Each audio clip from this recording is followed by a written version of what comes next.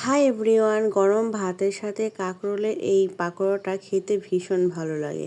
তো চলুন রেসিপি শুরু করা যাক। তো এই জন্য প্রথমে আমি মসুর ডাল ভিজিয়ে নিয়েছি।